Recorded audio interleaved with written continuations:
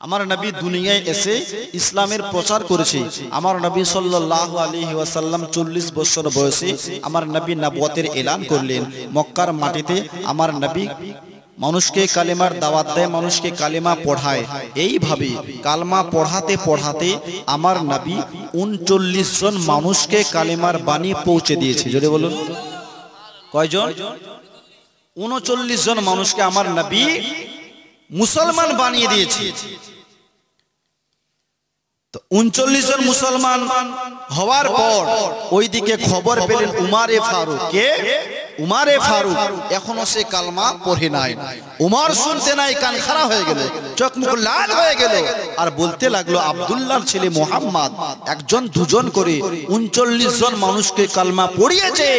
আমি উমর বেঁচে থাকাকালীন 40 জন মুসলমান পূর্ণ হতে দেব না। কার কথা? উমারে ফারুকের কথা। 39 তো হয়েছে, কিন্তু আমি উমর 40 জন হতে দেব না। তার আগে সকল মুসলমানকে কেটে নদীতে ভাসিয়ে দিব, দেখি কেমন করে 40 বানায়। উমারে ফারুক আজম বললেন 39 জন তো হয়েছে, কিন্তু 40 পূর্ণ হতে দেব না। আমার আল্লাহ পাক আল্লাহ তাআলা ডেকে বললেন, উমর বড় বড় ভাষণ মারিও না। উমর গো, 39 হয়েছে, তুমি 40 হতে দেবে না। এ উমর, আমি আল্লাহ তোমার সঙ্গে চ্যালেঞ্জ করলাম, দুনিয়াতে হাজার হাজার মানুষ আছে, তাদেরকে দিয়ে নয়, তুমি যেহেতু হতে দিবে না, আমি আল্লাহ 40তম মুসলমান তোমাকে দিয়ে বানাবো। উমর হতে দিবে না, আমি আল্লাহ তোমাকে দিয়েই 40তম মুসলমান পূর্ণ করব। উমর বলছে হতে দেব না, আল্লাহ বলছে তোকে দিয়ে বানাবো। জোরে বলো। উমর বলছে হতে দিব না, আল্লাহ বলছেন তোকে দিয়েই বানাবো। উমারে ফারুক তলোয়ার নিয়ে বিশ্ব নবীর বাড়ির দিকে রওনা হলো। যারা কালমা পড়েছে কাউকে জিন্দা ছাড়বো না। ও মুসলমান বাবাজি ভাই, মাঝ রাস্তায় একটা লোকের সঙ্গে সাক্ষাৎ হলো। লোকটা জিজ্ঞাসা করলেন, উমর, ও উমর কোথায় যাও? তো বলছে নবীর গলা কাটতে। কেন? ওই নবী আমাদের ধর্ম চলতে দেয় না, আমাদের দেব দেবীকে খারাপ বলে, মন্দ বলে, সবসময় গালিগালাজ করে। এই জন্য আমি উমর ওই নবী মুস্তাফার গলা কাটতে যাচ্ছি, এবং যারা কালমা পড়েছে তাদেরও গলা কাটবো। তো লোকটা শোনার পর হাসি। জোরে বলো। লোকটা শোনার পর হাসি। উমারে ফারুক বললেন, ভাই হাসছো কেন? উমারে ফারুক আজম বললেন, ভাই হাসছো কেন? লোকটা তখন বললেন, উমর, আগে বাড়ির খবর নিয়ে দেখো যে 39 জন মানুষ কালমা পড়েছে, ওই 39 জনের মধ্যে তোমার বোন আছে। জোরে বলুন। তোমার বোন ওই নবীর কালমা পড়ে মুসলমান হয়ে গেছে। তোমার বোন শাইদ, ও তো নবীর কালমা পড়ে মুসলমান হয়ে গেছে। ও উমর, শুধু বাইরের লোককে মারবা না, নিজের বোনকেও মারবা। জোরে বলুন। উমর গো, শুধু বাইরের লোককে মারবা, মুসলমান। উমারে ফারুক বললেন, আমার বোন কালমা পড়েছে, আমি জানলাম না, তুমি কেমন করে জানলা? আমি শুনলাম না, তুমি কেমন করে শুনলা? দেখো উমর, আমি জানি তোমার বোন ফাতেমা বিনতে খাত্তাব এবং তোমার বোন শাইদ দুইজনই ওই নবীর কালমা পড়ে মুসলমান হয়ে গেছে। সুবহানাল্লাহ। দুইজনই কালমা পড়েছে। উমারে ফারুক আজম বললেন, ওই ভাই দেখ, যদি তোর কথা মিথ্যা বের হয় তাহলে সকলের আগে তোকে কাটবো। জোরে বলো। কারণ উমারে ফারুক ছিলেন পাওয়ার ওয়ালা সাহাবী। উমারে ফারুক আজম বললেন, যদি তোমার কথা মিথ্যা বের হয় তাহলে সকলের আগে তোকে কাটবো, আর যদি তোমার কথা সত্য বের হয় তাহলে আমি আমার বোন ফাতেমাকেও ছাড়বো না, আমার বোন দুলাভাই তাকেও ছাড়বো না, তাদের গলা কাটবো। উমারে ফারুক আজম রাদিয়াল্লাহু তাআলা আনহু মুসলমান বাবাজি ভাই বোনের বাড়ির দিকে রওনা হলেন। যাওয়ার পর বোনের দরজা বন্ধ ছিল, দরজাতে গিয়ে খটখট করে বাড়ি মারলো। আর ওই সময় দুই স্বামী স্ত্রী ঘরের ভিতরে মধুর সুরে কোরআন পড়ছিল। জোরে বলো। মধুর সুরে কোরআন তেলাওয়াত করছিল। আর উমারে ফারুক দরজাতে গিয়ে কান লাগিয়ে শুনছে, হাই হাই, আমার বোন কি তেলাওয়াত করে, কি পড়ে তো সুন্দর তেলাওয়াত। শোনার পর দরজায় খটখট করে বাড়ি মারলো। বোন ভিতর থেকে আওয়াজ দিয়ে বললেন, কে কে এসেছে দরজায়? উমারে ফারুক আওয়াজ দিয়ে বললেন, বোন, ও আমার বোন, আমি তোর ভাই উমর এসেছি। উমর, মুসলমান উমরের কথা শুনতে নাই বোন ঘরের ভিতরে থরথর করে কাঁপতে লাগলো। ওগো আল্লাহ পাক, আল্লাহ তাআলা যদি আমার ভাই জানতে পারে আমি নবীর কালমা পড়ে ইসলামে দাখিল হয়ে গেছি, তাহলে আমাকে জিন্দা জীবিত ছাড়বে না। মুসলমান বারবার করে আওয়াজ দিয়ে বললে, বোন দরওয়াজা খোল, দরওয়াজা খোল। বোন দরওয়াজা খোলে না। উমরে ফারুক জ্বালানি দিয়েছে, বলে, দরওয়াজা খুলছে না, এক্ষুনি ভেঙে দিব, খোল না হলে ভাঙছি। উমরে ফারুকের বোন এসে দরওয়াজা খুললো। উমরে ফারুক ভিতরে ঢুকলো। বোনকে জিজ্ঞাসা করলেন, এ আমার বোন, আমি শুনলাম তুমি নবীর কালমা পড়ে ইসলামে দাখিল হয়ে গেছো রে বোন। মুসলমান যেহেতু নবীর কালমা পড়েছে, মিথ্যা কথা কেমন করে বলি? শরীয়তে মিথ্যা কথা বলা জায়েজ নয়। যাবে? যাবে? খুব তো গলা উঁচু করে বলছেন যাবে না, কিন্তু আমরা কেমন মুসলমান, আমরা তো মসজিদের ভিতরেও মিথ্যা কথা বলি, বলি না বাপ? মাদ্রাসার ভিতরেও মিথ্যা কথা বলি। রোজা অবস্থাও আমাদের মুখ থেকে মিথ্যা বের হয়, সত্যটা বের হতে চায় না। মানুষ যদি মিথ্যা কথা বলে, ওই লোকটার ইবাদত আল্লাহর নিকটে গ্রহণযোগ্য কবুল হবে না। শরীয়তে মিথ্যা কথা বলা জায়েজ নয়। মুসলমান বাবাজি ভাই, তো মিথ্যা কথা বলবেন না। বোন ভাবছে, আল্লাহ যদি মিথ্যা কথা বলছি তো আমার ঈমান কমজোর হচ্ছে, আর যদি সত্য কথা বলছি তো আমার গলা যাচ্ছে, গলা দিব না ঈমান দিব? বোন ভেবে উঠতে পারে না কি করি। তাই উমরে ফারুকের বোন শেষে সিদ্ধান্ত নিলেন, গলা যাচ্ছে, যাক, আমি আমার ঈমানকে কমজোর হতে দেব না। হ্যাঁ ভাই, কালমা পড়েছি, জোরে বলো, আরো জোরে। হ্যাঁ, কালমা পড়েছি, কি করবার করো। উমর বলছেন, বোন দেখ, যেই নবী আমাদের ধর্ম চলতে দেয় না, আমাদের দেব দেবীকে গালিগালাজ দেয়, ওই নবীর কালমা পড়েছো, বোন রে কালমা ছেড়ে দাও, নবীর নাম ছেড়ে দাও। বোন বলছে, ভাই জীবন যাবে কিন্তু কালেমা ছাড়বো না। তাই উমরে ফারুক আযম রাদিয়াল্লাহু তাআলা আনহু কড়া দিয়ে নিজের বোনকে আঘাত করতে আরম্ভ করলেন। নিজের বোন দুলাভাই তাকে আঘাত করতে শুরু করলেন, মারতে আরম্ভ করলেন। মুসলমান মারে আবার বোনকে বললেন, বোন এখনো সময় আছে, কালেমা ছেড়ে দাও। বোনের জবান থেকে একটাই কথা বের হয়, ও উমর, ও আমার ভাই, এইভাবে যদি মারতে মারতে আমার প্রাণ নিয়ে নাও, আমার জীবন নিয়ে নাও, কখনো নবীর নাম জবান থেকে ছিনিয়ে নিতে পারবে না। ভাইরে, তোমার শরীরে যে বাপের খুন আছে, সে একই বাপের খুন আমার শরীরের মধ্যেও আছে, জোরে বলো। ভাই তুমি মারতে পারো, আমি মারকে সহ্য করতে পারি। ভাই এইভাবে মারতে মারতে যদি আমার প্রাণটা নিয়ে নাও, তবুও নবীর নাম, নবীর ভালোবাসা অন্তর থেকে ছিনিয়ে নিতে পারবে না। তাই উমরে ফারুক নিজের বোনকে মারলেও বা কত মারবে, জোরে বলো। তাই কবি বলছেন, হযরত উমর বোনকে বলে, পড়ছিলে কি মোর আসার আগে, বলো বলো তুমি জলদি করে, নইলে তলোয়ার চলবে গলে। জোরে বলুন। হযরত উমর বোনকে বলে, পড়ছিলে কি মোর আসার আগে, বলো বলো তুমি জলদি করে, নইলে তলোয়ার চলবে গলে। খুলিল যখন কোরআনের পাতা, পড়ে কোরআন সুর ছন্দে কথা।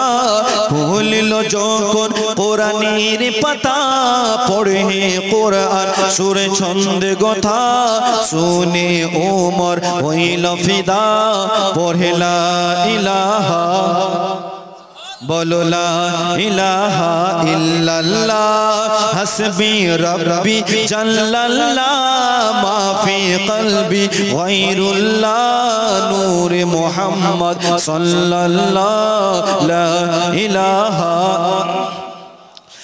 একদা আবু জেহেল এসে প্রিয় নবীকে বলল, এসে, চলে বলুন, ये खुदा आबू जहल ऐसे प्रिय नबी के बोलो ऐसे मुठोते আমার বলো কি আছে পারলে ঈমান আনবো সে ये खुदा आबू जहल ऐसे प्रिय नबी के बोलो ऐसे मुठोते আমার বলো কি আছে পারলে ঈমান আনবো সে প্রিয় নবীজির শুনে কথা জবান খুলে দিল খোদা প্রিয় নবীজির শুনে কথা জবান খুলে দিল খোদা মুट्ठी में पाथर बोलो उठा ला इलाहा जोड़े बोलो ला इलाहा इल्लल्लाह हस्बी रब्बी जल्लल्लाह माफी कल्बी गैरुल्लाह नूर मुहम्मद सल्लल्लाह ला इलाहा इल्लल्लाह आसमान जमीन चंद्र तारा पाहाड़े रोई झरना धारा कल कल रबे गाइছে सदा ला इलाहा बोलो ला इलाहा इल्लल्लाह मुसलमान बाबाजी भाई उमारे फारूक आजम बोललेन बोन আমি যখন বাহিরে ছিলাম দরওয়াজার কাছে ছিলাম ঘরের ভিতরে দু স্বামী স্ত্রী কি যেন পড়ছিলে শুনতে বড় ভালো লাগছিল জোরে বলুন বোন কি পড়ছিলে কি তেলাওয়াত করছিলে বোন বলছেন ভাই ভাই আমার উমর ওই সময় আমরা আল্লাহর কালাম পড়ছিলাম জোরে বলুন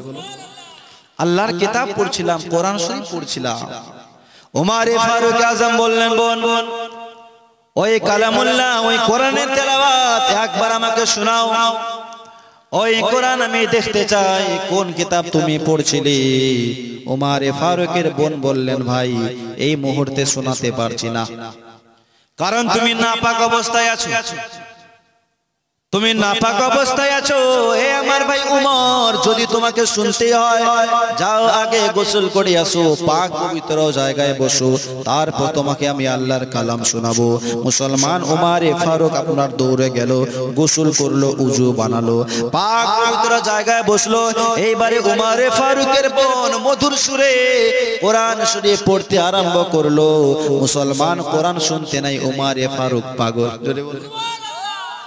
उमारे फारूक फिदा बोन के बोलते लगलेन ए आमार बोन ए केमन कलम सुनाली आज निजेके स्थिर राखते पारी ना आमाके ओई नबीर काछे निये चलो जेई नबीर तुमी कलमा पड़ेछो आमिओ ओई नबीर कलमा पड़े इस्लाम धर्म कबुल करते चाই आमिओ कलमा पड़बो बोन बोलছে भाई তোমার কথার কোনো বিশ্বাস নাই জোরে বলো তোমার কথার কোনো বিশ্বাস নাই তোমার মুখে এক কথা আর অন্তরে আরেক কথা তুমি আমার ভাই তোমাকে আমি ভালো করে চিনি তুমি এত তাড়াতাড়ি পরিবর্তন হয়ে যাবে আমি তো ভাবতেও পারছি না তোমার মুখে এক কথা অন্তরে আরেক কথা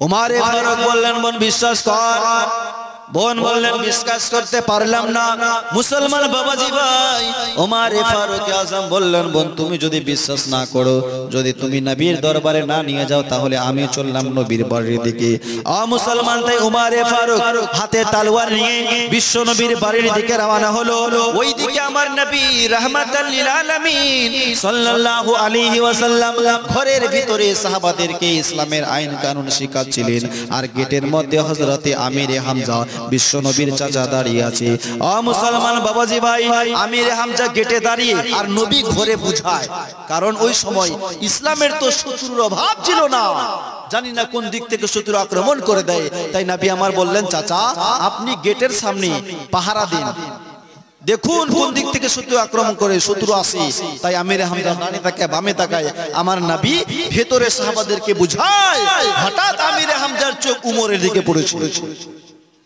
বিশ্ব নবীকে ডেকে বললেন ইয়া রাসূলুল্লাহ ইয়া হাবিবাল্লাহ নবী গো ও নবী উমর আসছে এখন কি হবে কারণ ওই সময় উমরে ফারুককে দেখে গোটা মক্কা ভয় করত জোরে বলা যাবে গোটা মক্কা কাঁপতো উমরে ফারুক আসে ইয়া রাসূলুল্লাহ এখন কি হবে নবী আমার বললেন চাচা ও আমার চাচা উমর নিজে আসছে না আমি গতকালকে উমর নিজে আসছে না, উমর নিজে আসছে না। চাচা যান, আমি গতকালকে আল্লাহর কাছে দোয়া করেছিলাম, আল্লাহ উমরকে আমাকে দিয়ে দাও। জোরে বলুন। আল্লাহ হয়তো উমরকে না হয় আবু জেহেলকে, এই দুইজনের মধ্যে যাকে আল্লাহ তুমি বেশি ভালোবাসো ওকে আমাকে দিয়ে দাও, ইসলামের মধ্যে জায়গা দিয়ে দাও। নবী আমার বললেন, চাচা ও নিজে আসছে না, আমার আল্লাহ উমরকে পাঠাচ্ছে। জোরে বলো, আমার আল্লাহই পাঠাচ্ছে, এটা আমার দুয়ার বরকত।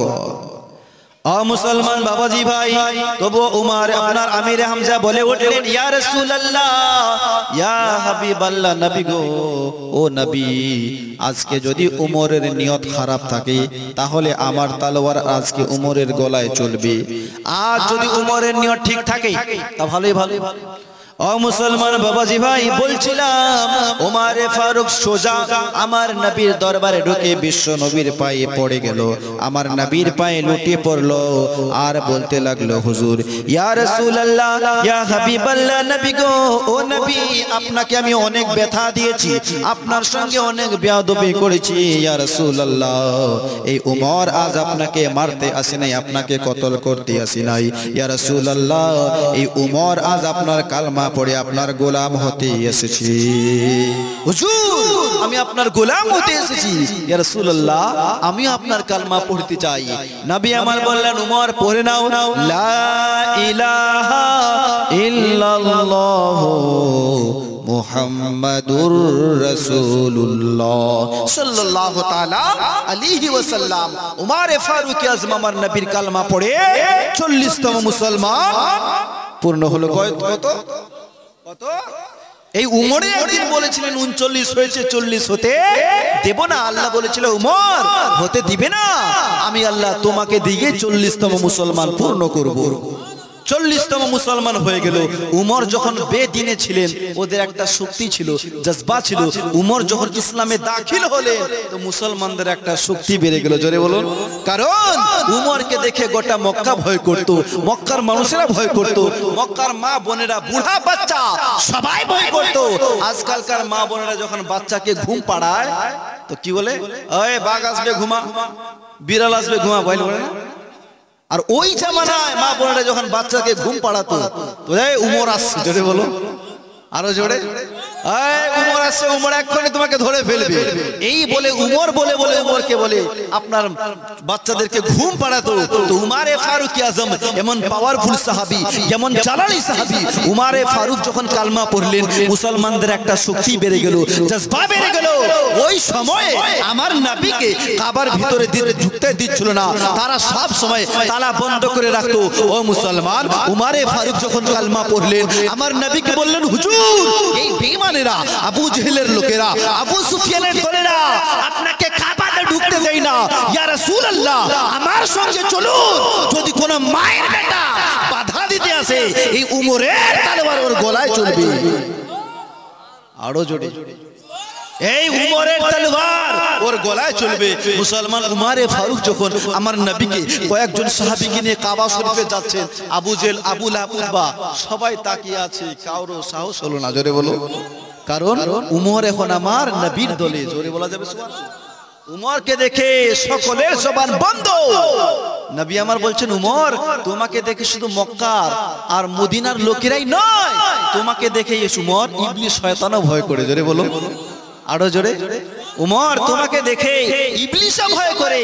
একদিন আমার নবীর দরবারে কুরাইশের কিছু মহিলারা গল্প করছিলেন। কুরাইশের মহিলারা নবীর দরবারে গল্প করছিলেন। হঠাৎ নবীর দরওয়াজায় আওয়াজ। নবী বললেন, কে? হুজুর, আমি উমর এসেছি। ও উমর, ভিতরে এসো। তো যে সমস্ত মহিলারা ভিতরে ছিলেন উমরের আওয়াজ শুনতেই ওইখান থেকে উঠে সবাই এক কোণায় লুকিয়ে গেছে। উমরে ফারুক ভিতরে ঢুকলো। নবী আমার উমরকে দেখে হাসছেন। জোরে বলো। উমরকে দেখে মুচকি হাসি আসেন। উমরে ফারুক বললেন, নবী গো, ও নবী, প্রতিদিন আপনার দরবারে আসি যাই, কোনোদিন আমাকে দেখে হাসেন না, হুজুর আজকে আমাকে দেখে হাসছেন কেন? তো নবী আমার বলছেন, উমর, তোমাকে কি বলি, এই তো তোমার আসার আগে আমার কাছে কিছু কোরাইশের মহিলারা গল্প করছিল, এক অপরের দ্বারা গল্প করছিল, তোমার আওয়াজ শুনতেই ওইখানে সবাই লুকিয়ে গেছে, এই জন্যই হাসি। তো উমারে কোরাইশের মহিলারা, তোমরা আমাকে ভয় করো, আমার নবীকে ভয় করো না। আমি কে? আমি তো কিছুই নয়, আমি তো নবীর গোলাম, নবীর চাকর। চাকরকে যদি এতটা ভয় করো, তাহলে তার মালিককে কত ভয় করতে হবে। গোলামকে যদি এতটা ভয় করো, তাহলে আমার আকাকে কতটা ভয় করতে হবে। তোমরা গোলামকে ভয় করো আর আকাকে ভয় করো না। উমারে ফারুক বললেন, নবী গো, এদেরকে আমি ভয় দেখাই না, জানি না এরা আমাকে কেন ভয় করে। তখন বিশ্ব নবী আমার বললেন, ইয়া ইহিন ইবনুল খাত্তাবা ওয়াল্লাযী নাফসি বিয়াদিহি মা লাকিয়াকা শাইতান সালিকান ফাজ্জান কাত্তু ইল্লা সালাকান ফাজ্জান গায়রু ফুজ্জিক। বিশ্ব নবী বললেন, ওমর, তোমাকে দেখে শুধু কোরাইশের মহিলারা কেন, তোমাকে দেখে ইবলিস শয়তানও ভয় করে। জোরে বলো। ও উমর, তুমি যদি এই রাস্তা ধরে চলে যাও, ওই দিক থেকে যদি শয়তান চলে আসে, তোমাকে দেখলে অন্য রাস্তায় পালায়। উমর গো, তুমি যেই রাস্তায় পা রাখো 40 দিন পর্যন্ত ইবলিস শয়তান পা রাখে না। উমর, তুমি যেই রাস্তায় থাকো সেই রাস্তা থেকে আপনার শয়তান পালিয়ে যায়। তো মুসলমান বাবাজি ভাই, উমারে ফারুককে দেখে শয়তানও ভয় করত, মানুষ জিন সবাই উমরকে দেখে ভয় করত। শুধু তাই নয়, মাটিও উমরকে ভয় করত। জোরে বলুন। মাটিও উমরকে ভয় করত। এক মহিলা এসে বললেন, হুজুর, আমার কেরোসিন তেল এই মাটিতে পড়ে মাটি চুষে ফেলেছে। উমারে ফারুক বললেন, মা, এই চিজটা নিয়ে যাও আর ওই জায়গাতে ঠেলা আপনার লাগাও, মালিশ করো, দেখবা ওই মাটি তোমার কেরোসিন তেলকে ফিরিয়ে দিবে। মুসলমান, ওই চিঠির মধ্যে লেখা ছিল, আমি উমর বলছি, এ মাটি, যদি ওই মহিলাটার তেলকে তুমি ফিরিয়ে না দাও, তাহলে আমি তোমার ভিতরে বেনামাজিকে দাফন করব। মুসলমান বাবাজি ভাই, তো মাটি পর্যন্ত উমরকে ভয় করত। জোরে বলো। শুধু মাটি নয়, মিশর শহরে একটা নীল নদ আছে, নীল নদ একবার শুকিয়ে গিয়েছিল। তোমার এ ফারুক একটা চিঠি বললে, দেওয়াও, এই চিঠিটা নিয়ে ওই নদীতে ফেলে দিবা, সমুদ্রে ফেলে দিবা, দেখবা আমার বরকতে আল্লাহ পাক আল্লাহ তাআলা আপনার পানি দিয়ে দিয়েছি। মুসলমান বাবাজি ভাই, তো ওই নদী, খাল, বিল সবাই উমারে ফারুককে দেখে ভয় করত। এত পাওয়ারফুল সাহাবী, এত জালালি সাহাবী ছিলেন। মুসলমান বাবাজি ভাই, আমার নবী সাল্লাল্লাহু তাআলা আলাইহি ওয়াসাল্লামকে কত কষ্ট দিয়েছেন। 40তম মুসলমান উমারে ফারুককে দিয়ে পূর্ণ হলো। বাবাজি ভাই, আমিরে হামজার ঘটনা বলে যাই। মুসলমান বাবাজি ভাই, দয়ার নবী রাহমাতাল লিল আলামিন সাল্লাল্লাহু তাআলা আলাইহি ওয়াসাল্লাম যখন মক্কার মাটিতে আমার নবী নামাজ পড়তেন, তো বেধর্মীরা এসে আমার নবী যখন সিজদায়, তো বেধর্মীরা আমার নবীর মস্তকে পা রেখে এইভাবে কসলাতেন, তবুও আমার নবী ইসলাম থেকে দূরে সরে যায় না। আমার নবী যখন নামাজ পড়তেন, বেধর্মীরা আমার নবীর পিঠের উপরে আপনার উটের ভুঁড়ি, গরুর ভুঁড়ি আমার নবী মুস্তাফার পিঠে চাপিয়ে দিতেন, তবুও আমার নবী মুস্তাফা ইসলাম থেকে দূরে যায় নাই। একদিন আমার নবী সাল্লাল্লাহু তাআলা আলাইহি ওয়াসাল্লাম কাবা শরীফের ভিতরে ছিলেন, আর কাবা শরীফের ভিতরে আবু জেহেল শয়তান উনিও ছিলেন। আমার নবীকে যখন আবু জেহেল দেখলেন, তো তার চোখ মুখ সব লাল হয়ে গেল। আমার নবীর নিকটে আসলো, আসার পর বলছে, আব্দুল্লাহর ছেলে, তোমাকে যে বারবার বারণ করি, কথা কি কানে যায় না? তোমাকে বলছি না ইসলাম ধর্ম প্রচার করবে না? কি চাও? যা চাইবে তোমাকে দেওয়া হবে। নবী আমার বলেন, এই শয়তানেরা, আমি কিছুই চাই না, ধন চাই না, দৌলত চাই না, সুন্দরী মেয়ে চাই না। আমি রাসূলুল্লাহ সাল্লাল্লাহু তাআলা আলাইহি ওয়াসাল্লামের হাতে যদি তোমরা এক হাতে চাঁদ এনে দাও, অন্য হাতে সূর্য এনে দাও, তবু আমি এই ধর্ম থেকে একদিন সরে যাব না। আবু জেহেল আমার নবীকে বলেন, মুহাম্মদ, তোমাকে বারবার বারণ করি, কথা কি কানে যায় না? আবু জেহেল আমার নবীর নিকটে আসলেন। আসার পর আমার নবী মুস্তাফার নূরানি মস্তক মুবারক ধরলেন। ধরার পর এইভাবে কাবা শরীফের পাঁচিতে মারতে মারতে আমার নবী মুস্তাফার মাথা ফাটিয়ে দিল। আল্লাহর রাসূল সাল্লাল্লাহু আলাইহি ওয়াসাল্লামের কপাল থেকে ফিনকির মতো রক্ত ঝরে। আর এই দৃশ্য আমার নবীর চাচি আমিরে হামজার স্ত্রী কাবার পাশে থেকে দেখছিলেন। ওই সময় কিছুই বলল না। আমার নবীর চাচি সঙ্গে সঙ্গে বাড়িতে গেল। যাওয়ার পর নিজের স্বামী আমার নবীর চাচাকে সমস্ত ঘটনা খুলে বললেন, স্বামী জান, আজ আমি কাবা শরীফের পাশে ছিলাম, ওই শয়তান আবু জেহেল তোমার ভাতিজা আব্দুল্লাহর ছেলেকে আজ এমন মার মেরেছে স্বামী, আমি দেখে সহ্য করতে পারি নাই। হে আমার স্বামী, তুমি চাচা হয়েছো, কেন প্রতিবাদ করো না? ইতিম বলে কি তাকে সবাই মারবে? গরিব বলে কি তাকে সবাই মারবে? আমিরে হামজা বললেন, বিবি কি বুঝাতে চাও বল। তখন আমার নবীর চাচি বললেন, স্বামী জান, ও আমার স্বামী, আমার মাতার তাজ, তুমি চাচা হয়েছো, কেন প্রতিবাদ করো না? বাপ হারা সন্তান বলে, মা হারা সন্তান বলে কি তাকে সবাই মারবে? আমিরে হামজা শোনার পরে বললেন, বিবি আজকাল দেখি আবু জেহেল একটু বাড়াবাড়ি করে, সব সময় আমার ভাতিজার পেছনে পড়ে থাকে। ও আমার বিবি, আজ আমার হাত থেকে আবু জেহেলকে কেউ বাঁচাতে পারবে না। তাই সঙ্গে সঙ্গে বেরিয়ে গেল। মুসলমান সোজা আপনার কাবা শরীফের ভিতরে গেল। যাওয়ার পর দেখছেন আবু জেহেল ওইখানে বসে আছে। এত বড় সাহস, মারার পরেও ওইখানে আছে। আমির হামজা বলে, এই আবু জেহেল, আমার ভাতিজাকে কেন মেরেছো বল? মা নাই, বাপ নাই, তাই বলে তুমি তাকে মারবা? আমরা চাচা আছি, দেখি কে বাঁচায়। যেইভাবে আমার নবীর মস্তকখানা ধরে কাবার পাঁচিতে মারছিল বাবা, ঠিক তেমনি আমার নবীর চাচা আমিরে হামজা আবু জেহেলের মাথাটা ধরে কাবার পাঁচিতে মারতে মারতে তার মাথা ফাটিয়ে দিল। আবু জেহেলকে মারার পর বিশ্ব নবীর চাচা নবীর বাড়িতে আসলো। আসার পর বললেন, ভাতিজা, ও আমার প্রাণের ভাতিজা, কোথায় আছো? তাড়াতাড়ি বেরিয়ে আসো। বিশ্ব নবী চাচার আওয়াজ শোনা মাত্রই ঘর থেকে বেরিয়ে এলো। আমার নবী সাল্লাল্লাহু তাআলা আলাইহি ওয়াসাল্লাম এসে বললেন, চাচা আমাকে ডাকছেন? আমিরে হামজা বললেন, হ্যাঁ ভাতিজা, তোমাকে ডাকছি। নবী আমার বললেন, চাচা কেন ডাকছেন একটু বলবেন? কেন আমাকে ডাকছেন? আমিরে হামজা বললেন, ভাতিজা তুমি খুশি হয়ে যাও। নবী আমার বললেন, চাচা কেন খুশি হবে একটু বলবেন? চাচা কেন খুশি হবে একটু বলবেন? তো আমিরে হামজা বললেন, ভাতিজা, মুহাম্মদ তোমাকে আবু জেহেল মেরেছে, আমিও তাকে মেরেছি। জোরে বলো। আবু জেহেল তোমার মাথা ফাটিয়েছে ভাতিজা, আমিও আবু জেহেলের মাথা ফাটিয়ে দিয়েছি। আমি তোমার চাচা, এক্ষুনি তোমার বদলা নিয়ে আসলাম, তোমার প্রতিশোধ নিয়ে আসলাম। নবী আমার বললেন, চাচা আবু জেহেলকে মেরেছো তাতে আমি খুশি নয়।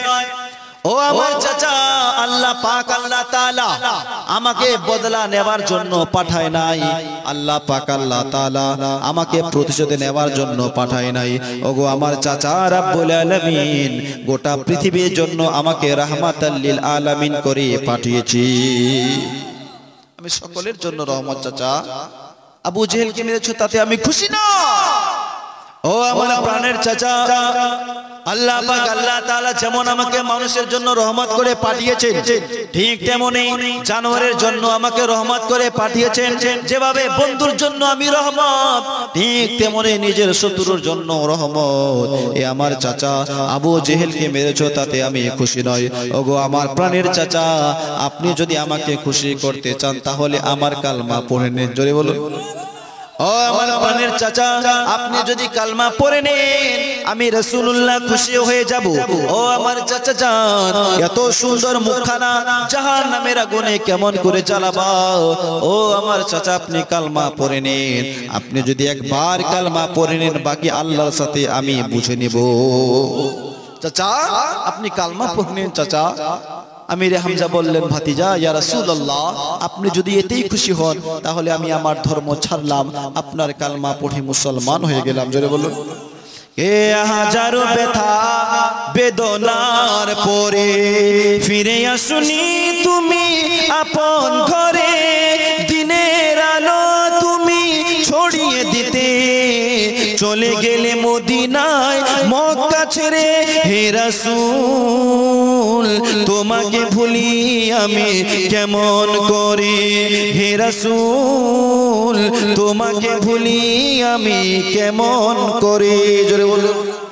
হাজারো ব্যথা বেদনার পরে ফিরে আসুনি তুমি আপন ঘরে, দিনের আলো তুমি ছড়িয়ে দিতে চলে গেলে মদিনায় মক্কা ছেড়ে। ছেড়ে হে রাসূল তোমাকে ভুলি আমি কেমন করে হে রাসূল তোমাকে ভুলি আমি কেমন করে খেয়ে না খেয়ে দিন প্রচারের কাজে নিজেকে দিয়েছো বিলিয়ে তায়েফের কাফেরেরা চিনল না এই আলো দুষ্টু ছেলেদের পিছু দিল লেলিয়ে জোরে বলুন খেয়ে না খেয়ে দিন প্রচারের কাজে নিজেকে দিয়েছো বিলিয়ে তায়েফের কাফেরেরা চিনল না এই আলো দুষ্টু ছেলেদের পিছু দিল লেলিয়ে পাথরের আঘাতে ক্ষত বিক্ষত হয়ে পাথরের আঘাতে ক্ষত বিক্ষত হয়ে সারা শরীর থেকে রক্ত ঝরে হে রাসূল তোমাকে ভুলি আমি কেমন করে হে রাসূল তোমাকে ভুলি আমি কেমন করে মুসলমান বাবাজি ভাই আল্লাহর নবী দো জাহানের বাদশা নবী মুহাম্মদুর রাসূলুল্লাহ সাল্লাল্লাহু তাআলা আলাইহি ওয়াসাল্লাম এইভাবে আমার নবী 40 বছর বয়সে আমার নবী নবুয়তের এলান করেছিলেন তাই না তো আমার নবী মক্কা শরীফে 13 বছর আমার নবী ইসলামের দাওয়াত দিলেন ইসলাম প্রচার করলেন 40 আর 13 কত হয়েছে 53 বছর বয়স আমার নবীর যখন 53 বছর পূর্ণ হলো তো আল্লাহ ডেকে বললেন হাবিব দিন দিন তোমার পেছনে শত্রু লেগে গেছে হে আমার নবী একটা কাজ করো এই মক্কাতুল মুকাররমা ছেড়ে তুমি মদিনাতুল মুনাওয়ারায় চলে যাও জোরে বলুন আল্লাহ হুকুম করলেন হাবিব আর তোমাকে মক্কায় থাকতে হবে না তুমি মক্কা ছেড়ে মদিনায় চলে যাও আর ওই সময় মদিনার নাম মদিনা ছিল না কি নাম ছিল জানেন ইয়াসরাব কি নাম ছিল ইয়াসরাব অসুখের দেশ ওই দেশে গেলেই মানুষের অসুখ হয়ে যেত আমার নবীর কদম পড়ে ওই অসুখের দেশ ইয়াসরাব দেশটা আমার নবীর কদমের বরকতে মদিনায় পরিবর্তন হয়ে গেছে জোরে বলুন তাই কবি বলছেন ইয়াসরাব নামে ছিলা তুমি অলক্ষণের দেশ বড় মারাত্মক গজে ছিল তোমার পরিবেশ জোরে বলুন ইয়াসরাব নামে ছিলা তুমি অলক্ষণের দেশ বড় মারাত্মক গজে ছিল তোমার পরিবেশ ইয়াসরাব নামে ছিলা তুমি অলক্ষণের দেশ বড় মারাত্মক গজে ছিল তোমার পরিবেশ নবীর ছোঁয়ায় পেয়ে হলে সোনার মদিনা নবীর ছোঁয়ায় পেয়ে হলে সোনার মদিনা সবই ভুলিব কিন্তু তোমায় ভুলতে পারি না সবই ভুলিব কিন্তু তোমায় ভুলতে পারি না সোনার মদিনা আমার নবীর মদিনা সবই ভুলিব কিন্তু তোমায় ভুলতে পারি না ভুলিনি ভুলবো না ভুলতে পারি না ভুলিনি ভুলবো না ভুলতে পারি না সবই ভুলিব কিন্তু তোমায় ভুলতে পারি না সবই ভুলিব কিন্তু তোমায় ভুলতে পারি না আরশ মুআল্লার চেয়ে দামি তুমি হও খোদার সৃষ্টিতে শ্রেষ্ঠ ভূমি তুমি হও আরশ মুআল্লার চেয়ে দামি তুমি হও খোদার সৃষ্টিতে শ্রেষ্ঠ ভূমি তুমি হও আরশ মুআল্লার চেয়ে দামি তুমি হও খোদার সৃষ্টিতে শ্রেষ্ঠ ভূমি তুমি হও তোমার বুকে শুয়ে আছে শাহে মদিনা তোমার বুকে শুয়ে আছে শাহে মদিনা সবই ভুলিব কিন্তু তোমায় ভুলতে পারি না সবই ভুলিব কিন্তু তোমায় ভুলতে পারি না। সোনার মদিনা আমার নবীর মদিনা, সবই ভুলিব কিন্তু তোমায় ভুলতে পারি না। আল্লাহ ডেকে বললেন, হাবিব ও আমার নবী, মক্কা ছেড়ে দাও। জোরে বলো, মক্কা ছেড়ে মদিনায় চলে যাও। আমার নবী যেদিন মক্কা ছাড়বেন, মক্কা ছেড়ে মদিনায় হিজরত করবে, বেধর্মীরা সেই দিনে সিদ্ধান্ত নিল আমার নবীকে মারার। আজকে রাত্রেই আব্দুল্লাহর ছেলে মুহাম্মদ মক্কা ছেড়ে মদিনায় চলে যাবে, তাই আজকের রাত্রে যদি মারতে না পারি তো কোনোদিন মারতে পারবো না।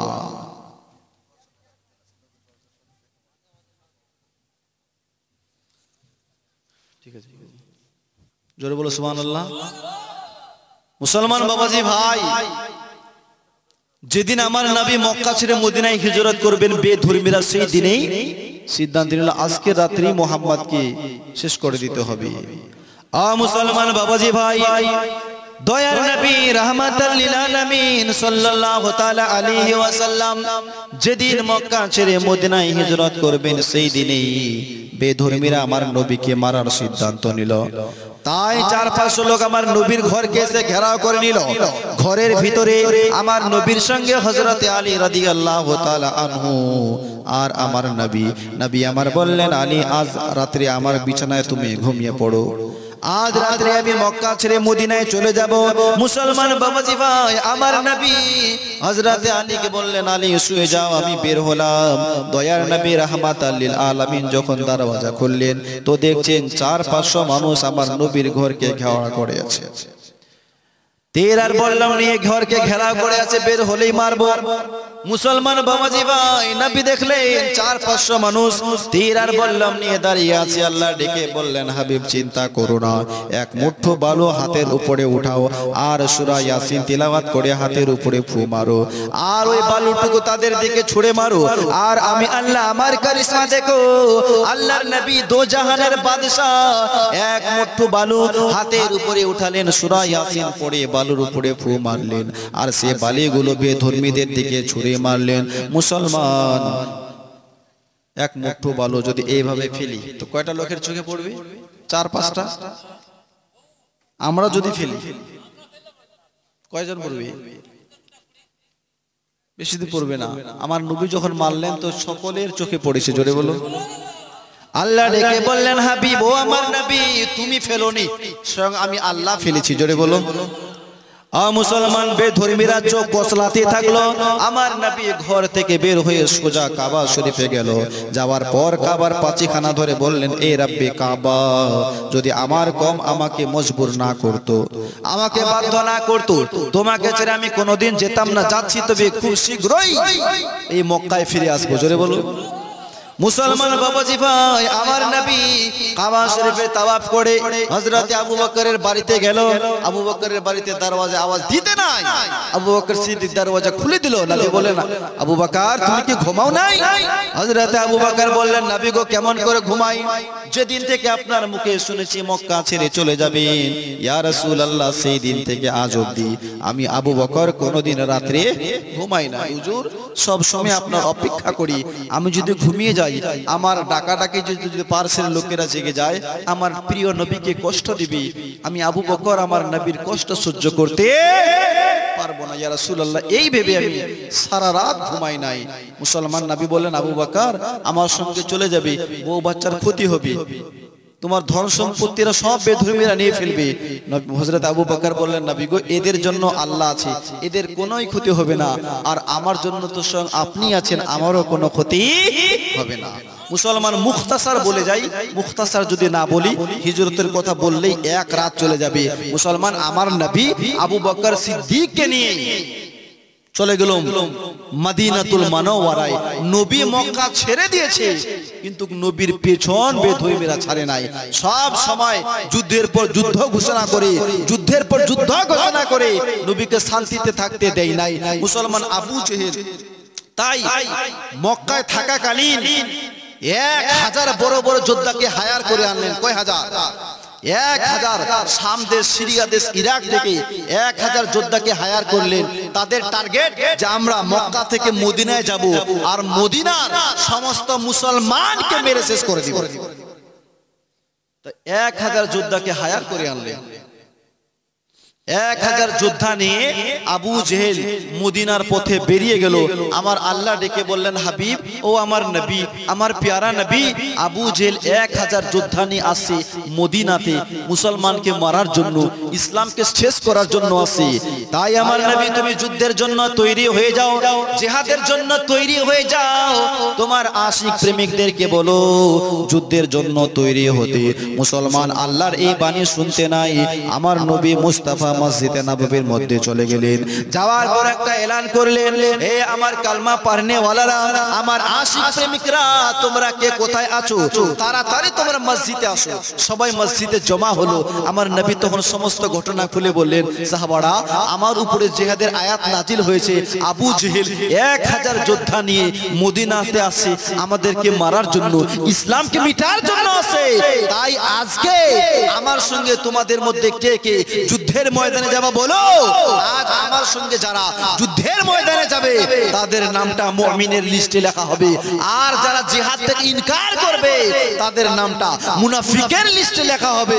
সাহাবারা শুনতে নাই, আবু বকর হাত উঠিয়ে বললেন, হুজুর আমি যাব। জোরে বলুন, আরো জোরে, ইয়া রাসূলুল্লাহ আমি আপনার সঙ্গে যুদ্ধের ময়দানে যাব।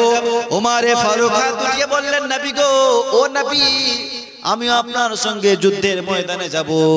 উমারে ফারুক বললেন, ইয়া রাসূলুল্লাহ আমিও যাব। উসমানে গানি বললেন, আমিও যাব। নবী আমার বললেন, এইভাবে বললে হবে না।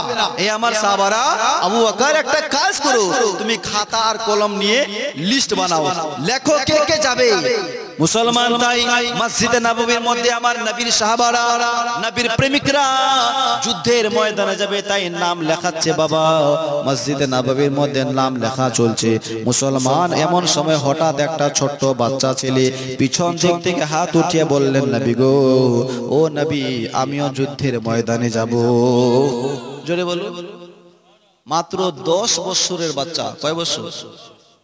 10 বছরের। ওই বাচ্চাটার নাম ছিল মাআজ, হযরতে মাআজ। 10 বছরের বাচ্চাটা বললেন, হুজুর আমিও যাব, আমারও নামটা লেখে। নবী আমার বললেন, বাবা তুমি তো খুব ছোট, এই বয়সে কি যুদ্ধ করতে পারবা? ওই বাচ্চা ছেলেটার মোহাব্বত ভালোবাসা কত ছিল দেখুন মুসলমান। বাচ্চা ছেলেটা বললেন, নবী গো, ও নবী আমাকে ছোট্ট মনে করিয়েন না। ইয়া রাসূলুল্লাহ ছোট্ট হতে পারে কিন্তু আমার শরীরে শক্তি আছে। জোরে বলুন, ইয়া রাসূলুল্লাহ আমাকে ফিরিয়ে দিবেন না, কারণ আমার মা বড় আশা করে পাঠিয়েছে বেটারে, ও আমার বেটা যা, আজ যদি নবীর মোহাব্বতে ইসলামের খাতিরে নিজের জীবন দিতে পারো রে বেটা, আমি তোর মা তোর সমস্ত দুধের দেনাকে মাফ করে দেব, তোর উপরে কোনো দুধের দেনা রাখবো না বেটা, আজকে যদি ইসলামের মোহাব্বতে জীবন দিতে পারো। ইয়া রাসূলুল্লাহ তাই আমাকে ফিরিয়ে দিবেন না। নবী আমার বললেন, বাবা যাও বাড়িতে যাও, মায়ের সেবা করো, মায়ের খিদমত করো, আমার আল্লাহ তোমার নামায়ে আমালে জিহাদের সওয়াব দিয়ে দিবে। জোরে বলো, মা বাবার খিদমত করো, জিহাদের সওয়াব পেয়ে যাবে। বাচ্চাটা বললেন, হুজুর বাড়িতে যাব, মায়ের সেবা করব, জিহাদের সওয়াব তো পেয়ে যাব, তবে নবী গো শহীদ হওয়াতে যে মজা আছে সেই মজা তো মায়ের সেবায় পাবো না। জোরে বলো, শহীদগণকে আল্লাহ যখন জান্নাতে রাখবে তো শহীদগণ আল্লাহকে একটাই কথা বলবেন, মাবুদ তোমার জান্নাতে কোনো কিছুরই অভাব নাই, কিন্তু গোগা আল্লাহ পাক ওই মজা তোমার জান্নাতে নাই যেই মজা আমরা শহীদ হওয়ার সময় পেয়েছিলাম। আরো জোরে, হুজুর আমাকে ফিরিয়ে দিবেন না। নবী আমার বললেন, আবু বকর এই বাচ্চাটা মানবে না, আবু বকর এর নামটা লিখে নাও। ওই বাচ্চাটার নাম লেখা হলো, ওর লেখা হয়েছে, আর পেছনে ওর ছোট্ট ভাই বসেছিল। জোরে বলো, ওর বয়স মাত্র 8 বছর। কয় বছর? 8 বছরের বাচ্চা। ও বলছে, হুজুর আমিও যাব। নবী বলছেন, বাবা তুমি তো আরো ছোট। ছোট হয়েছে তো কি হয়েছে হুজুর, আমার বড় ভাইয়ের থেকে, আমার দাদার থেকে আমার শরীরে শক্তি বেশি আছে। জোরে বলুন, হুজুর আপনার যদি বিশ্বাস না হয় তাহলে আমার বড় ভাইয়ের সঙ্গে আমাকে কুস্তি লড়িয়ে দেখেন, দেখবেন আমি আমার বড় ভাইকে হারিয়ে দিব। নবী বলেন, ঠিক আছে বাবা দেখাও তোমার কুস্তি, তোমার শরীরে কতটা শক্তি আছে। তাই 2 বাচ্চা ছেলে ছোটটার নাম বড়টার নাম ছিল মাআজ আর ছোটটার নাম ছিল মাউজ। দুই ভাই মসজিদে নববীর বারান্দায় কুস্তি লড়াই লড়ছে। মুসলমান ছোট ভাইটা দেখছে আর তো পারছি না, এক্ষুনি মাটিতে পড়ে যাব, আর যদি মাটিতে পড়ে যাই আমার নাম লেখা হবে না, আমাকে জিহাদের ময়দানে নিয়ে যাবে না। তাই বড় ভাইয়ের কানে কানে বলছেন, ভাই ও আমার ভাই, পারছি না রে ভাই, একটু তুই আমাকে সাহায্য কর, একটু তুই নিজে মাটিতে পড়ে যা। মুসলমান আসতে বলতে চেয়েছিল কিন্তু মুখ থেকে জোরসে বেরিয়ে গেছে। জোরে বলুন। যখন তার ভাইকে আস্তে আস্তে করে বলে, আমার নবী মুস্তাফা শুনে ফেলেছে, সাহাবারাও শুনে ফেলেছে, একটু ভাই তুই নিজেই পড়ে যা। নবী মুস্তাফা মুচকি হাসি হাসেন। আকাশের ফারিস্তারা এসে বললেন, নবী গো, এই বাচ্চা দুটোর কুস্তি দেখে মহান আল্লাহ খুশি হয়ে গেছে। ইয়া রাসূলুল্লাহ, যেই দলে এই রকম বাচ্চা ইসলামের জন্য জান দিতে পারে নবী গো, এই দল আপনার কোনোদিন হারতে পারে না। তাই বড় ভাই নিজেই মাটিতে শুয়ে পড়লেন, আর ছোট ভাই তার সিনাতে বসে বললেন, হুজুর দেখলেন, বলেছিলাম আমি আমার বড় ভাইকে হারিয়ে দেবো, দেখেন হুজুর আমি আমার বড় ভাইকে হারিয়ে দিয়েছি, ওর সিনায় বসে আছি। আবু বকর, এই বাচ্চাটার নাম লেখো। জোরে বলো। আচ্ছা, কোথায় খেলার জন্য নাম লিখছে? কোথায়? যুদ্ধের ময়দানে। যুদ্ধের ময়দানে যাওয়ার জন্য নাম লেখা হচ্ছে। তার ছোট ভাইয়ের নাম লেখা হলো। মুসলমান নাম লেখা চলছে মসজিদে নববীর মধ্যে। ও মুসলমান বাবাজি ভাই, এমন সময় মসজিদে নববীর পর্দার আড়াল থেকে একটা বুড়ি মেয়ে একখানা পুটলি আমার নবীর দরবারে পেশ করলো। ইয়া রাসূলুল্লাহ, ইয়া হাবিবাল্লাহ, আমার এই পুটলিখানা কবুল করবেন। নবী আমার বললেন, মা এই পুটলির ভিতরে কি আছে? নবী বললেন, মা এই পুটলির ভিতরে কি আছে? মা বুড়ি মেয়েটা বললেন, নবী গো, ও নবী, এই পুটলির ভিতরে আমার মাথার চুলগুলো আছে। নবী আমার বললেন, মা এই চুল দিয়ে কি কাজে লাগবে? বুড়ি মেয়েটা বললেন, হুজুর আমার যে স্বামী নাই, আমার কোনো সন্তান নাই, আমার কোনো ভাই নাই। ইয়া রাসূলুল্লাহ, স্বামী থাকলে স্বামী যুদ্ধের ময়দানে যেত, ভাই থাকলে ভাই যেত, ছেলে থাকলে ছেলেকে যুদ্ধের ময়দানে পাঠাতাম। ইয়া রাসূলুল্লাহ, আমার যে কেউ নাই, এই জন্য আমি নিজের চুলগুলো কেটে এনেছি। ইয়া রাসূলুল্লাহ, জানি কোনোই কাজের নয়, তবে হুজুর গো, যুদ্ধের ময়দানে যদি ঘোড়ার দড়ি, ঘোড়ার লাগাম হিসাবে কাজে হয়, আমি মনে করব আমারও জিহাদের শরীকটা হয়ে গেছে। হুজুর, মাথার চুলগুলো যদি ঘোড়ার লাগাম ভাবে ব্যবহার হয়, আমি মনে করব আমারও জিহাদের শরীরটা হয়ে গেছে। হুজুর, আমার এই তোহফাখানা কবুল করুন। নবী বললেন, মা ঠিক আছে, তোমার এই তোহফাখানা আমি কবুল করলাম। মুসলমান বাবাজি ভাই, নাম লেখা কমপ্লিট হলো, শেষ হলো। বিশ্বনবী বলেন, আবু বকর, ও আবু বকর, কয়জন হয়েছে? ইয়া রাসূলুল্লাহ, 313 জন হয়েছে। কয়জন? আবু জেহেল কয়জনকে নিয়ে আসছে? 1000 যোদ্ধা, সবাই যোদ্ধা। 313 জন হয়েছে। এর মধ্যে আছে বুড়া, আছে বাচ্চা, আছে কমজোর।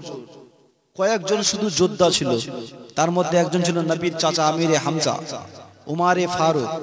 কয়েকজন যোদ্ধা ছিল, তবে একাই 1000-এর সঙ্গে লড়াই করতো। জোরে বলুন, আরো জোরে। একাই 1000-এর সঙ্গে লড়াই করতো। একটু আগেই বললাম, উমারে ফারুককে দেখে গোটা মক্কা কাঁপতো। গোটা মক্কা একদিকে, উমর একদিকে। উমর আমার নবীর দরবারে। মুসলমান বাবাজি ভাই, আরো একজন আছে বীরের বীর, যাকে নবী মুস্তাফা শেরে খোদার টাইটেল দিয়েছেন, নাম হচ্ছে হযরতে আলী। কি নাম? কি নাম? হযরতে আলী রাদিয়াল্লাহু তাআলা আনহুর জুলফিকারি তলোয়ারের ওজন ছিল 1 কুইন্টাল 5 কেজি। জোরে বলুন, আরো জোরে। 1 কুইন্টাল 5 কেজি তলোয়ার হযরতে আলী রাদিয়াল্লাহু তাআলা আনহু চালাতেন। মুসলমান বাবাজি ভাই, শুধু উঠাতেন না, ওই তলোয়ার নিয়ে হাজার হাজার মুশরিককে কতল করে জাহান্নামে পাঠিয়েছেন। আপনার আমার মতো লোক তো 1 কুইন্টাল 5 কেজি হিলাতেই পারবো না। পারবো? পারবো? আর মাওলাই আলী রাদিয়াল্লাহু তাআলা আনহু ওই তলোয়ার নিয়ে যুদ্ধ করতেন। মুসলমান, মাওলাই আলীর শক্তির তুলনা হয় না। জঙ্গে খায়বারের মধ্যে যখন হযরতে আলীর ঢাল ভেঙে যায়, তো হযরতে আলী রেগে খায়বারের দরওয়াজাটাকে ভেঙে, বিশাল বড় একটা লোহার কপাট ছিল, লোহার দরওয়াজা ছিল, হযরতে আলী লোহার দরওয়াজাটাকে ভেঙে ঢাল বানিয়েছে। এক হাতে 1 কুইন্টাল 5 কেজি তলোয়ার চালায়, এক হাতে আপনার ওই কপাটখানা ধরে আছে, ওই দরওয়াজাটা ধরে আছে। লেখকগণ লিখেছেন, ওই দরওয়াজাটার ওজন ছিল 150 মণ। জোরে বলুন, হযরত আলী যে ঢাল বানিয়েছিল ওই ঢালের ওজন ছিল 150 মণ। একটা জিনিস মাথায় রাখুন, 150 মণ ওজন কি হযরত আলী এক হাতে তুলে নিয়েছে। আমরা তো এক মনও পারবো না, যে পারবো? হযরত আলী 150 মণ এক হাতে তুলে নিয়েছে। যুদ্ধের শেষে যখন এইভাবে ফেলে তো 20 গজ দূরে পড়ে মুসলমান। যুদ্ধের শেষে আমার নবী 80 জন সাহাবাকে বলেছিলেন, আমার সাহাবারা যাও তো ওই ঢালটা উঠিয়ে আমার কাছে নিয়ে আসো। তো 80 জন সাহাবা মিলে ওই ঢালটাকে হিলাতেও পারে না। আর মাওলাই আলী ওটাকে ঢাল বানিয়েছিলেন। ওই মাওলাই আলী যাচ্ছেন আজ যুদ্ধ করতে, জোরে বলা যাবে? যার শক্তির তুলনা হয় না, যাকে নবী মুস্তাফা শেরে খোদা বাঘের টাইটেল দিয়েছে, জোরে বলা যাবে? শেরে খোদা বাঘের টাইটেল দিয়েছে। নবী আমার বললেন, সাহাবারা 313 জন হয়েছে, তোমরা একটা কাজ করো, তাড়াতাড়ি বাড়িতে যাও, আর কার বাড়িতে তলোয়ার আছে বল্লম আছে তোমরা তাড়াতাড়ি নিয়ে আসো, কারণ হাত দিয়ে তো আর যুদ্ধ করা যাবে না। সাহাবারা নিজ নিজ বাড়িতে গেল। 313 জনের মধ্যে মাত্র 6খানা তলোয়ার বের হলো। কয়খানা? 8খানা জার, 2টি ঘোড়া, আর কেউ খেজুরের ডাল এনেছে, কেউ খুঁটি ভেঙে এনেছে, মানে যে যা পেরেছে নিয়ে চলে এসেছে। নবীর মুহাব্বতে ইসলামের জন্য যুদ্ধ করতে যেতে হবে, ইসলামকে বাঁচাতে হবে। নবীর জামানায় ইসলামের শত্রু ছিল, বর্তমান জামানায় আছে না নাই? নাই, আছে। কিছুদিন আগে মায়ানমারে কত মুসলমানকে মারলো, গুজরাতের সরজমিনে কত মুসলমানকে মারা হলো। নবীর জামানায় ইসলামের শত্রু ছিল, বর্তমান জামানায় আছে, কিয়ামতের সকাল পর্যন্ত ইসলামের শত্রু থাকবে। ও মুসলমান বাবাজি ভাই, সাহাবারা নিজ নিজ বাড়ি থেকে চলে আসলো। নবী আমার বললেন, সাহাবারা আল্লাহর হুকুম হয়েছে যুদ্ধ যাতে মদিনাতুল মুনাওয়ারায় না হয়, যুদ্ধ হবে বদরের মাটিতে। জোরে বলা, আরো জোরে। কোথায় হবে যুদ্ধ? বদরের মাটি। বিশ্বনবী সাল্লাল্লাহু আলাইহি ওয়াসাল্লাম তাই সাহাবাদেরকে নিয়ে বেরিয়ে গেল। ও মুসলমান, আমার নবীর সাহাবারা কেউ খেয়েছে তো কেউ খাবার খায় নাই, কারো শরীরে জামা আছে কারো শরীরে জামা নাই, কেউ চপ্পল পরেছে কেউ চপ্পল পরে নাই। হাঁটতে হাঁটতে চলতে চলতে বদরের মাটিতে পৌঁছালো। মুসলমান, বদরের মাটি সূর্যের তাপে এত গরম হয়েছে, যদি মাংসের টুকরা আপনার গোশতের টুকরা রাখা হতো তাহলে সঙ্গে সঙ্গে সিদ্ধ হয়ে কাবাব হয়ে যেত, এমন বারু গরম হয়েছে। আপনারা ভালো করে জানেন মরুভূমি এলাকা কত গরম হয়। ও মুসলমান, আমার নবীর সাহাবীরা কারো পায়ে আপনার চপ্পল আছে কারো পায়ে চপ্পল নাই। মুসলমান, নবী মুস্তাফার সাহাবীরা যখন বদরের মাটিতে আপনার পা রাখলো, বদরের মাটি আল্লাহর কাছে কেঁদে কেঁদে বললেন, মাবুদ, ও মাবুদ, কোনদিন ভাবি নাই তোমার নবীর সাহাবারা আমার সিনাতে পা রাখবে, তোমার নবী আমার উপরে পা রাখবে। ওগো আল্লাহ পাক, আল্লাহ তাআলা, বদরের মাটি বদরের ধুলা এমন গরম হয়েছে, ওগো আল্লাহ পাক তোমার জান্নাতের ঠান্ডা হাওয়া কবে কাজে লাগবে? রব্বুল আলামিন এমন বৃষ্টি দাও যাতে বদরের মাটি ভিজে ঠান্ডা হয়ে যায়। মুসলমান, বদরের মাটির দোয়া আল্লাহ কবুল করে নিয়েছেন, আর সাথে সাথে এমন বৃষ্টি দিল বদরের মাটি ভিজে ঠান্ডা হয়ে গেল। জোরে বলুন, বদরের মাটি ভিজে ঠান্ডা। একদিকে আবু জেহেলের লোক, একদিকে আমার নবীর দল, একদিকে কাফেরদের সর্দার আর একদিকে নবীগণের সর্দার ইমামুল আম্বিয়া। ওই বদরের মাটিতে আমার নবীর জন্য একটা খিমা বানিয়েছিল, খিমা। আমার নবী খিমাতে ঢুকে সিজদায় পড়ে আল্লাহর কাছে কাঁদে, মাবুদ পাক পরওয়ারদিগারে আলাম 313 জন জানেসারকে নিয়ে বদরের মাটিতে পৌঁছেছি।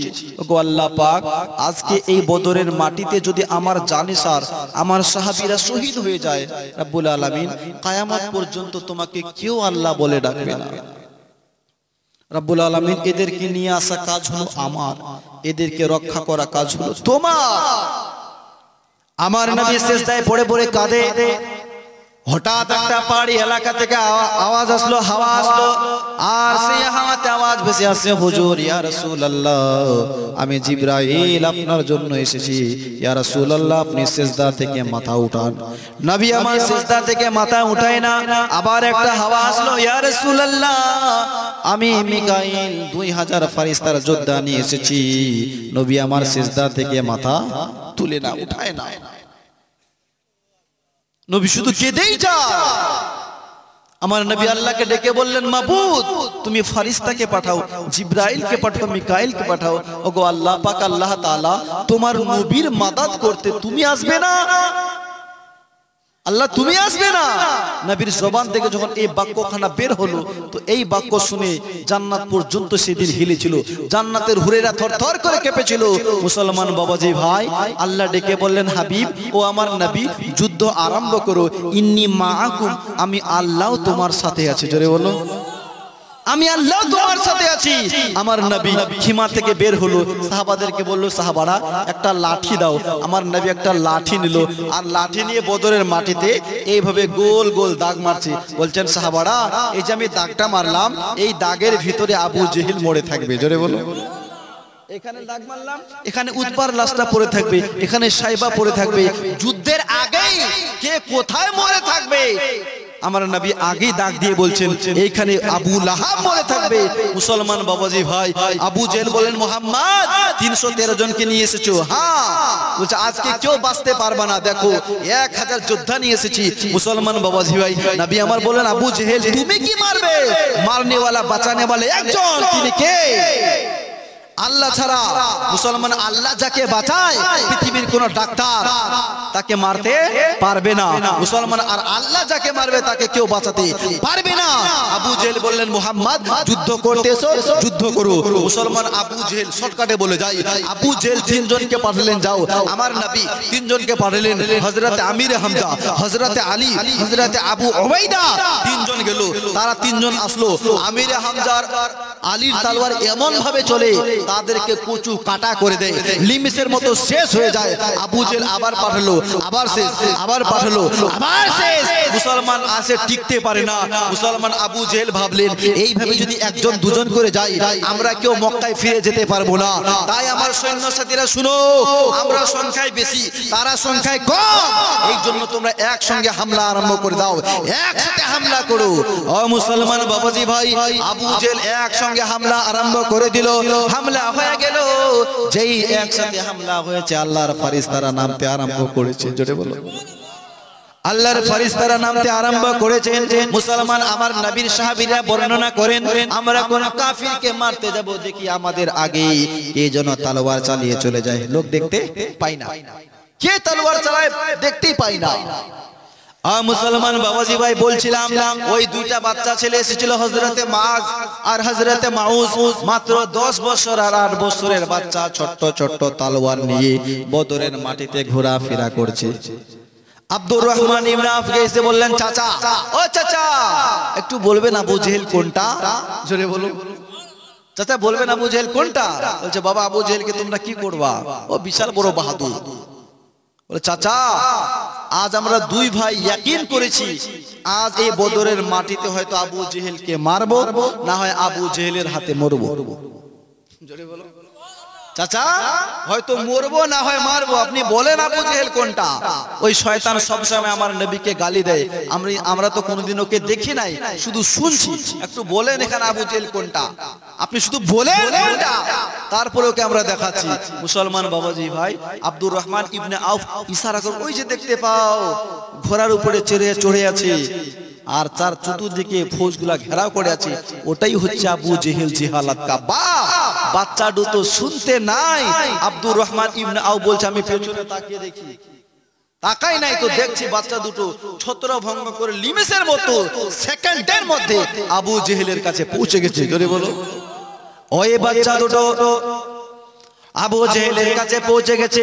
ছোট ছোট তলোয়ার দিয়ে আবু জেহেলকে আপনার হাত পায় না, এই জন্য তাদের মধ্যে একজন এমন ভাবে ঘোড়ার পায়ে মারলো, ঘোড়ার পা কেটে আবু জেহেল মাটিতে পড়ে গেল। জোরে বল, আবু জেহেল মাটিতে পড়ে গেল। আবু জেহেলের সঙ্গে 2 ভাই 2 দিক থেকে তলোয়ার চালায়। মুসলমান বাবাজি ভাই, এমন ভাবে তাকে কুচু কাটা করেছিল, আবু জেহেলকে কেটে কেটে ঝাঁঝরা করে দিয়েছিল।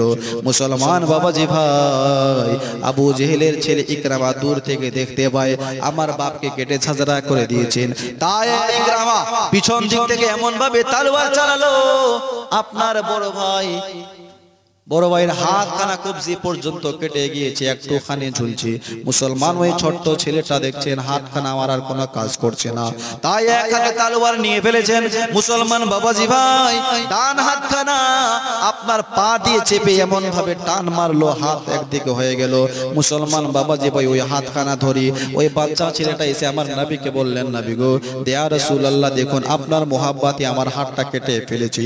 দয়ার নবী রাহমাতুল লিল আলামিন ওই হাত মুবারক নিয়ে ওই কাটা ঘায়ের উপরে মালিশ করে দিল, তো আগের মতো আবার হাতটা ভালো হয়ে গেল। জোরে বলুন মুসলমান বাবাজি ভাই।